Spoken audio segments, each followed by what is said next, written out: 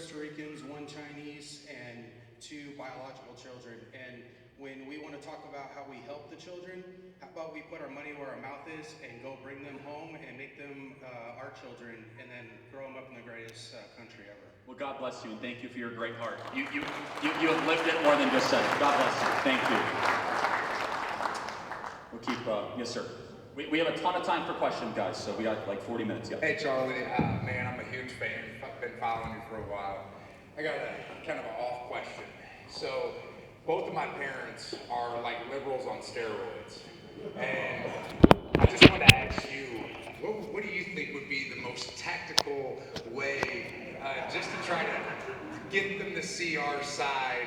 And because I do believe it's not, they're baby boomers, and it's not, a Democrat isn't the same thing as it was 50 years ago.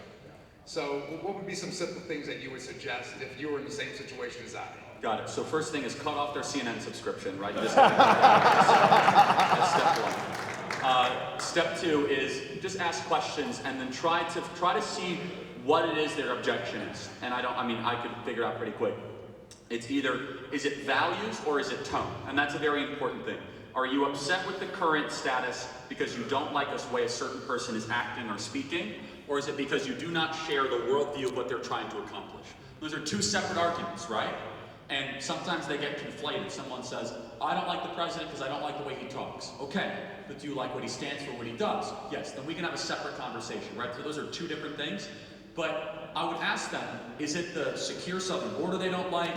Or is it like the 6 wars ended that they don't like? Or the massive tax cut that they don't like? Or drill baby drill? Or like no more DEI or wokeness? Or like no transgender surgery for kids? Like, which one in particular are they really fired up about? And then happy Thanksgiving is what I have to say to you. So thank you.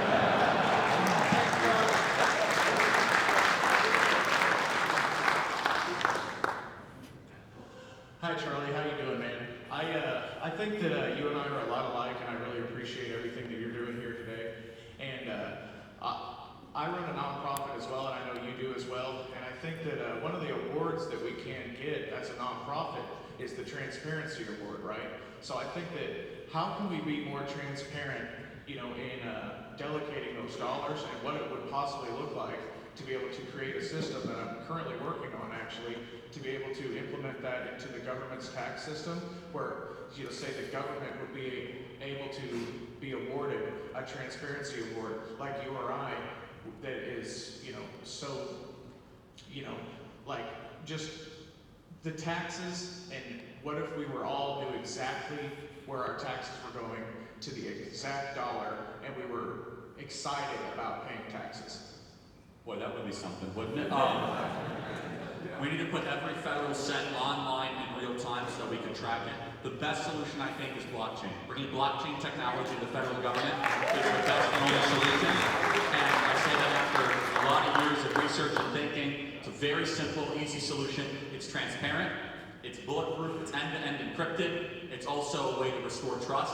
Also, our voting should be secured by blockchain as well. It would restore integrity back to our elections. So, and then finally, there should be no black box budgets in the federal government. There should be no place where we don't know where the money is going. We should know down to the Snickers bar that the Central Intelligence Agency is buying.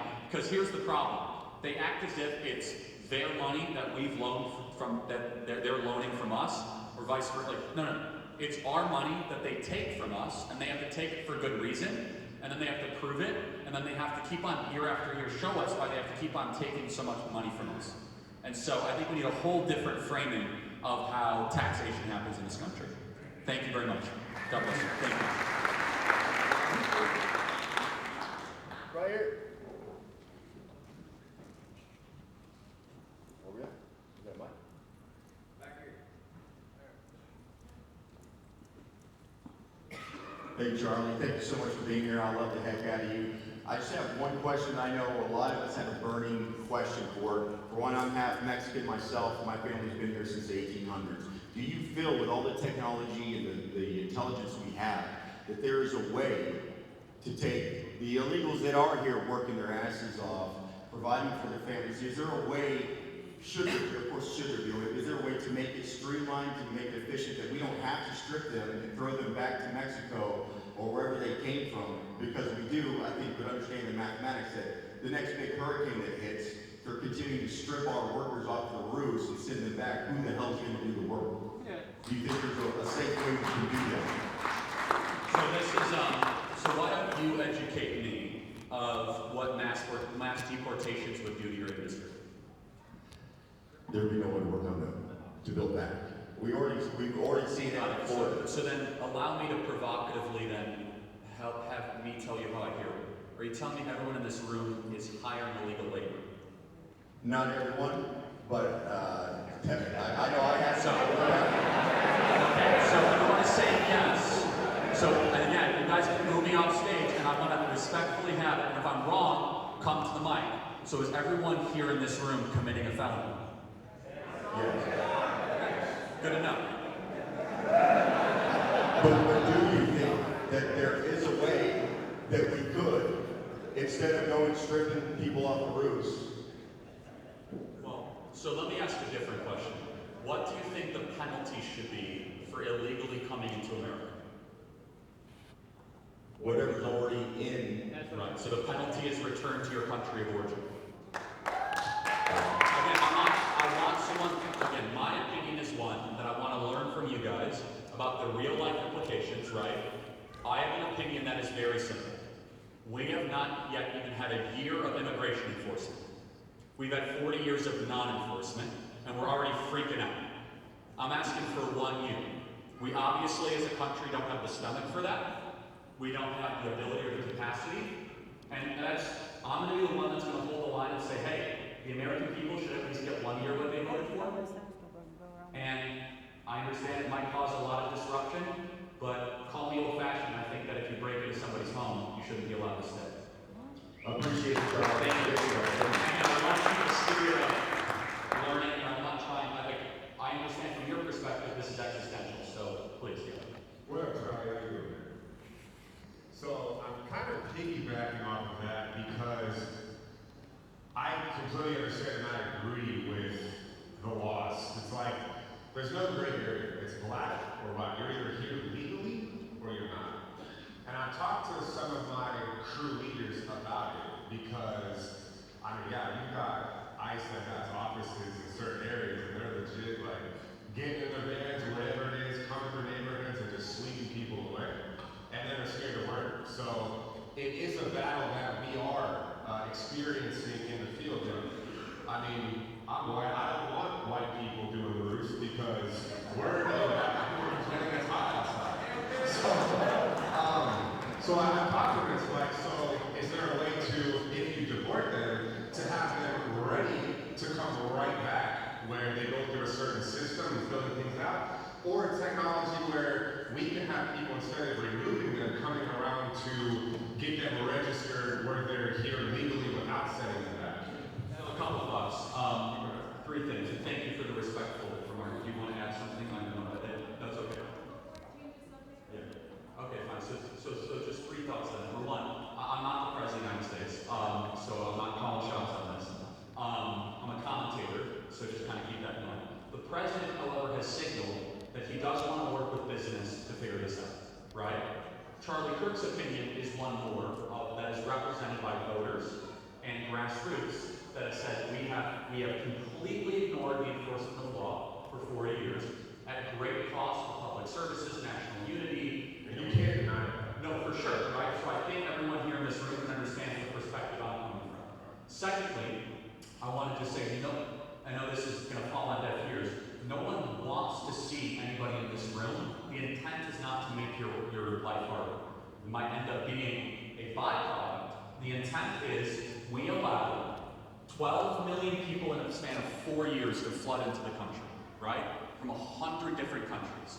If we do not go to dramatic measures to fix it, then we're not a nation. We're something completely else. To your point though. The president has his own opinion and his own perspective, and he's getting calls from both sides, right? He's getting a lot of calls from industry, from restaurants, hotels, and let me just tell you from my perspective, and again, I think this will be educational. This is like the 3rd or 4th event I've spoken at like this in the last couple of months, and every event I speak at, everybody has a similar thing. Charlie, my restaurant is going to shut down. Charlie, my golf course is going to shut down. Charlie, Disney World is going to shut down. And at some point I say, wow, like, I guess this is like apocalypse, like on steroids. Here's my other perspective, and you guys are gonna be in total like opposition to this. I'm a little bit skeptical when I hear the over-catastrophization of events after we have been led like a maximal catastrophization at every corner in our country. Now, as far as President Trump, he's talked about expedited getting people in legally and expanding visas. My opinion is actually different than that one, but it doesn't matter what I believe because I'm not president. All I'm asking for is just 1 year out of 4 to see how can we enforce the laws. But I think we're really reaching an important conclusion as a country. We are reliant, addicted, and okay with illegal labor in this country. It's just the way it is.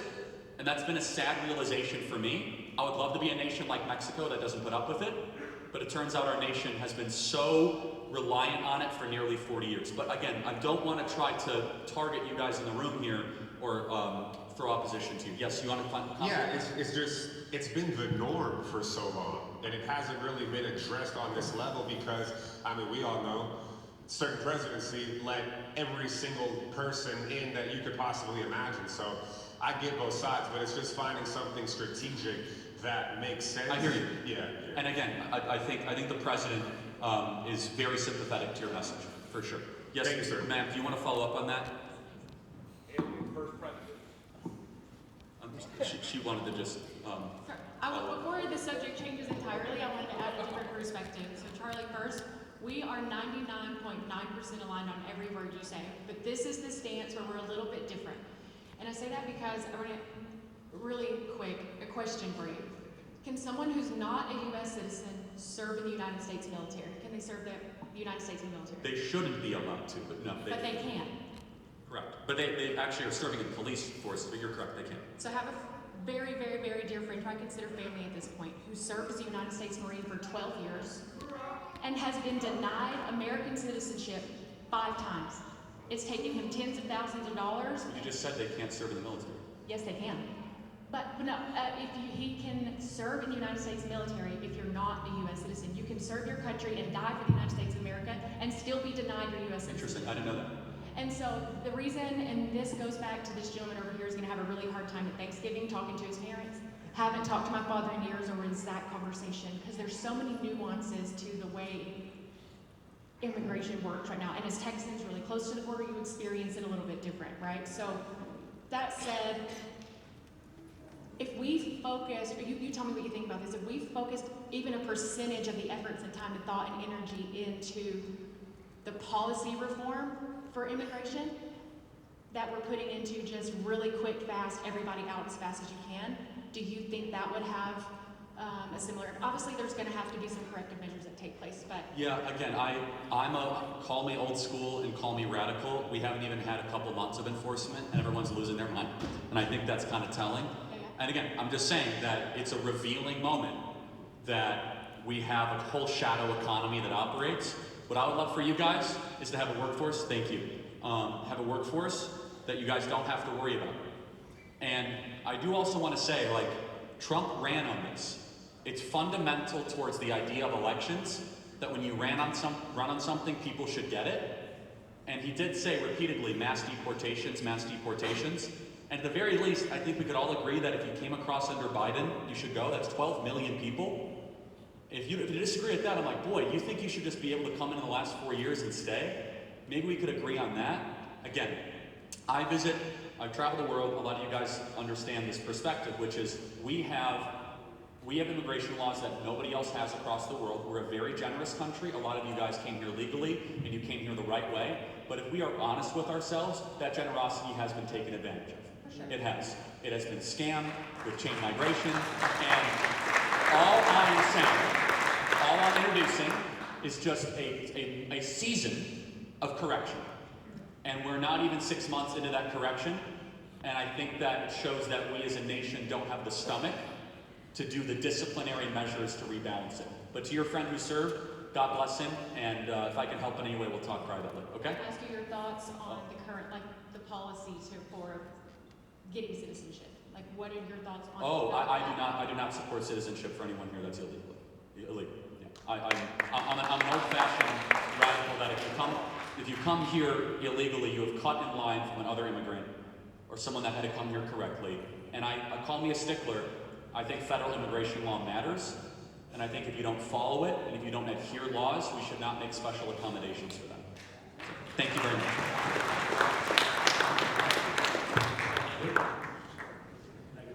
Hey, Charlie,